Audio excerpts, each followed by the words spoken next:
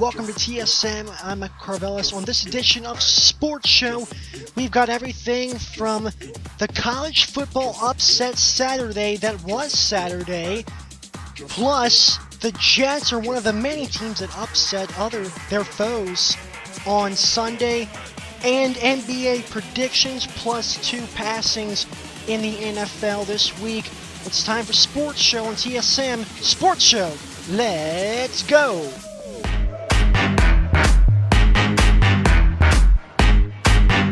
And welcome to this edition of Sports Show. I am Michael Carvelis, your host. As always, it's episode number 3, or as I like to call it, the next year in Sports Show. Because, I was just so stupid when I was 16. Yeah, I was 16 in episodes 1 and 2, and now it's October 21st, and yesterday I turned 17, so you're looking at a more mature Sports Show guy. Anyways, guys, let's go ahead and start off with the college football upset Saturday, and the first one is Alabama or Mizzou. Well, guys, Missouri and Alabama picked up wins. Alabama more easily than Missouri, but Missouri dominated Florida, and now people in the sports world are saying, well, is Missouri a contender or a pretender? I'm going to have to go with pretender. The reason I'm saying pretender, guys, is because Alabama is a contender, and they have been for 10 years in a row. Ever since Nick Saban came to that team, ever since the beginning of time, Alabama has been the dominant force in the SEC. And personally, guys, I'm telling you what, Missouri, I know that you got past Georgia and Florida. That's fantastic, but that's not going to win the SEC or defeat Alabama. I don't know if I know Alabama's in the SEC West, but in Missouri, they're not getting past Alabama, even if they do play an SEC championship play. Correct me if I'm wrong, but Missouri is a pretender, and so this question should not even be raised. Sorry about that, Missouri fans. Aaron Murray took on Vanderbilt in Tennessee this past Saturday, October 19th. It was quite the game for Vanderbilt. I mean, Vanderbilt took out Georgia. Georgia was up, and well, I guess you could say the injuries got to them, because I don't care about their injuries. They couldn't beat Clemson anyways when everybody was healthy. They can't beat anybody else, and I don't see how you can beat LSU and just lose to Vanderbilt like that. So, anyways, Georgia drops to 4-3. Aaron Murray, overrated quarterback once again. I will say it ever since Sports Show episode number 1, ever since the beginning of time. I used to be a Georgia fan, and it's kind of sad. I think Matthew Stafford is a better Georgia football player than Aaron Murray was, because Aaron Murray has had like 4 or 5 years to do it, and he finally broke Tim Tebow's record, and Tim Tebow did it in about 3 seasons or less. All right, Jameis Winston sign. We're about to get to the FSU Clemson battle, but wow, I saw Jameis Winston sign on College Football Game Day via ESPN. It said, Jameis Winston's crooked finger freaks me out.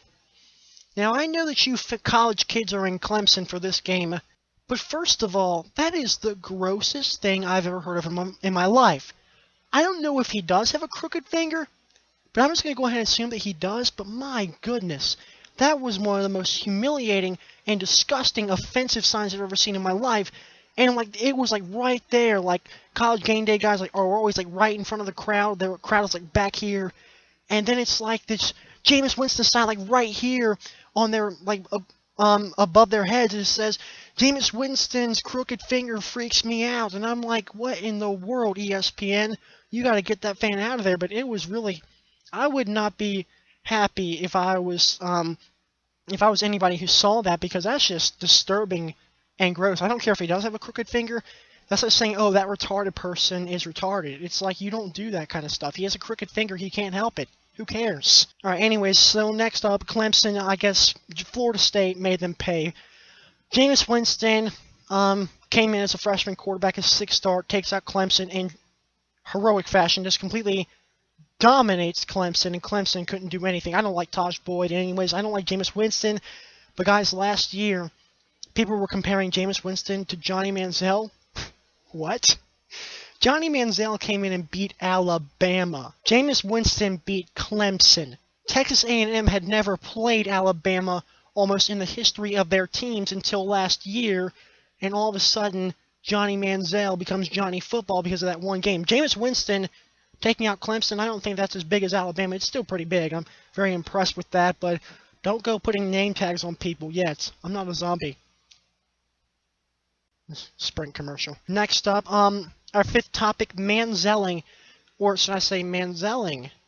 Johnny Manziel, I mentioned him.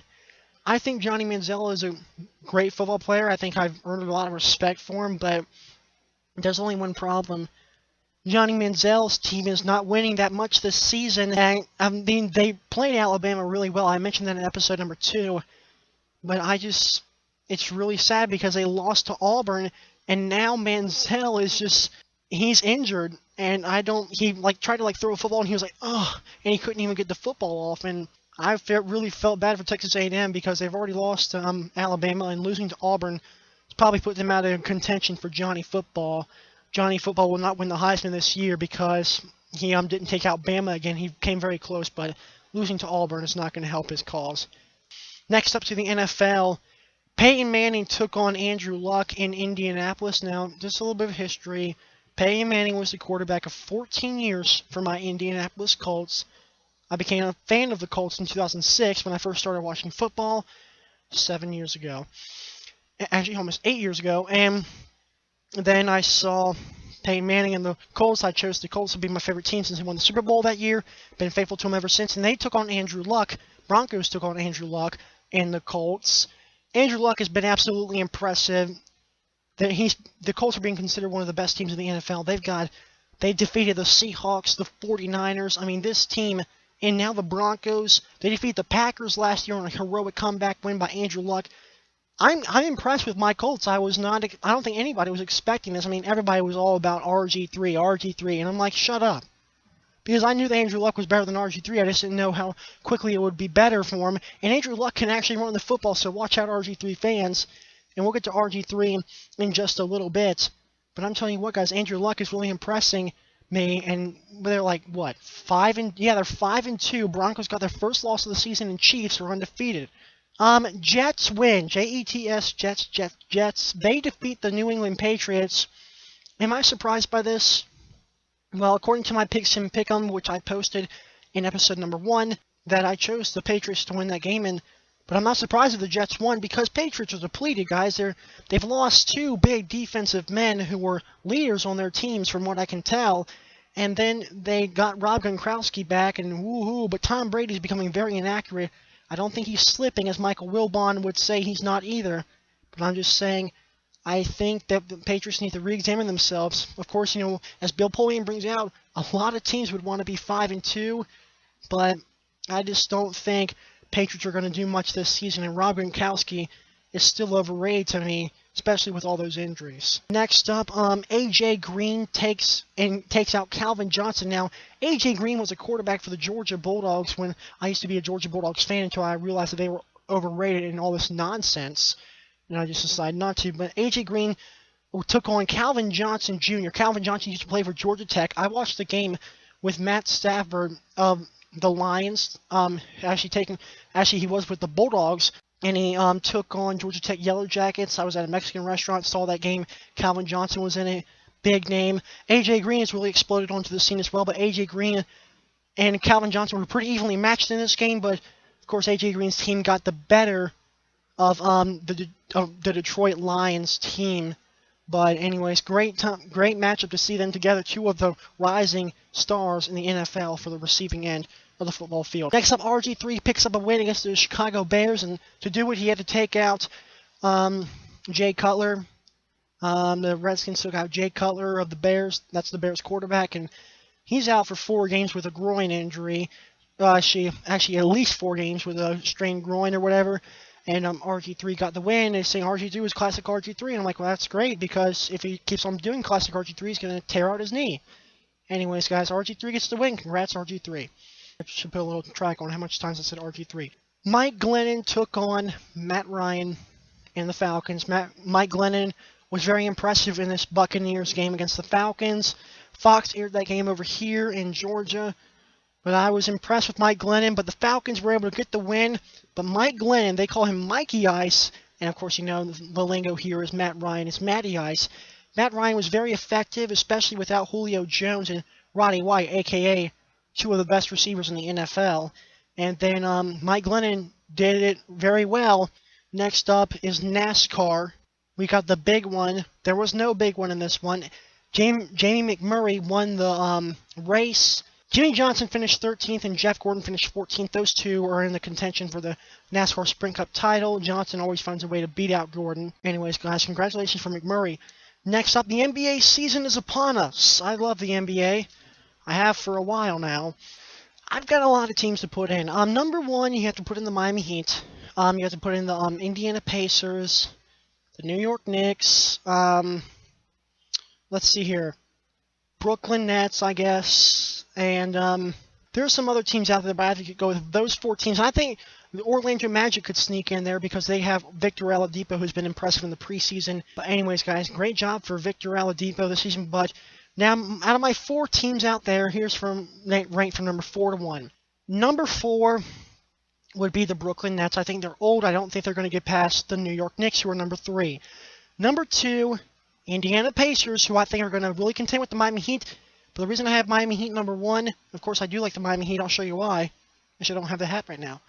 Miami Heat are number 1 because Chris Bosh and Dwayne Wade have gotten better, and LeBron James says he got better again. I have to believe him, but Chris Bosh and Dwayne Wade have dramatically improved over the season, especially Chris Bosh. Really impressed with him. I think he come out of the East this season, but I think Pacers will be right there. Pacers will probably push him to another 7 games. Now for my Western picks. Yeah, so we just have the East. Now we got the West. Can't even do it with my left hand. So Western picks, we've got Oklahoma City Thunder, San Antonio Spurs. I'm going with the LA Lakers as well. That's all I can think of. But I think number 1 team is going to run away. I don't think Spurs are going to do anything. I don't care what anybody says. Spurs couldn't do run and gun with the Miami Heat. We saw the Miami Heat run and gun them out of the finals after they were about to win. I think the Thunder will do well. I think Thunder play for the Western side of the ball.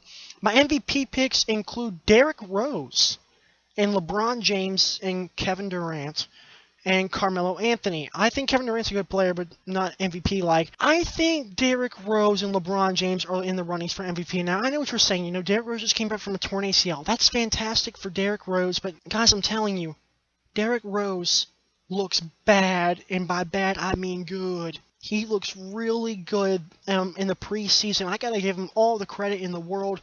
Derrick Rose has been incredible. And he could contend with LeBron James. LeBron may win the MVP race, but I think if there's anybody else who would do it, it's Derrick Rose. You could argue Kobe Bryant, but Derrick Rose is incredible, and he looks fast and good this season. Next up, Sam Bradford is out for the season with a torn ACL. Reggie Wayne's out for the season of the Colts with a torn ACL, and Doug Martin of the Tampa Bay Buccaneers is out for probably the season with a shoulder labrum or labrum. No, I can say LeBron because it sounds like LeBron James. Shoulder labrum, and so that's the 3 injuries. Plus, has Nerlens Noel of the Philadelphia 76ers, the 6th pick in the NBA draft, and he will possibly not start the season according to the coach of the Philadelphia 76ers. And my final topic consists of Bud Adams and Bum Phillips. Bud Adams, a little bit more known, but Bum Phillips was the head coach for a while in the NFL. He died at 90 years old earlier this week, and Bud Adams died. Bud Adams founded the Oilers/Titans, the Houston Oilers, Tennessee Titans. Very sad to see Bud Adams go. And anyways, guys, so R.I.P. Next up, bye. Guys, hope you enjoyed this. Sorry I had to be so quiet tonight, not so enthusiastic.